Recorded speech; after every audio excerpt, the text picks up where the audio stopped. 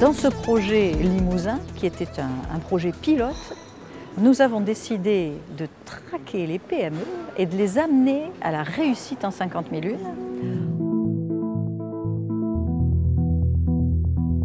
1. On peut discuter de points très concrets sur des projets qui ont été menés, des investissements, mais aussi sur la façon d'intégrer ce système dans d'autres systèmes qu'on a dans les entreprises.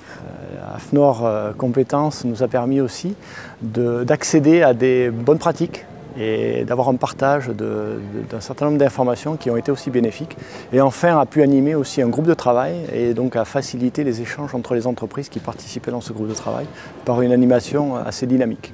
La formation est forcément accompagnée de nombreux exercices, de participation, de quiz. Elle est accompagnée aussi d'exercices types et d'exercices qui appartiennent à l'entreprise, c'est-à-dire sur ses propres données. On est sur un sujet technique là.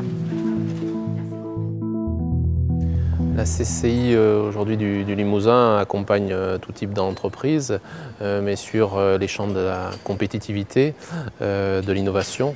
Tout logiquement, cette opération 1, 2, 3 M Énergie était dans la continuité des accompagnements que l'on propose en général aux entreprises du Limousin.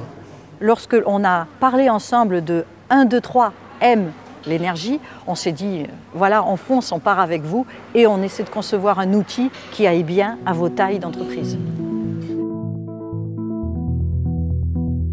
Si c'était à refaire, on le referait sans hésitation parce que c'est une norme très technique mais passionnante et qui va certainement amener beaucoup à l'entreprise et on verra certainement les gains dans les prochains mois et dans les années à venir.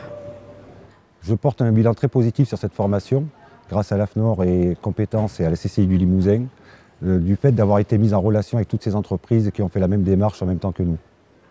Un bilan positif parce qu'il nous a permis de formaliser donc toute cette norme, de mettre en application toute recherche au niveau des économies d'énergie. Nous sommes une société de transport, grand consommateur de carburant. On est arrivé à réduire nos consommations de carburant d'environ 8%. Déjà, le premier bilan, c'est qu'on a été vers une certification ISO 50001 que l'on a passé avec succès au mois de septembre.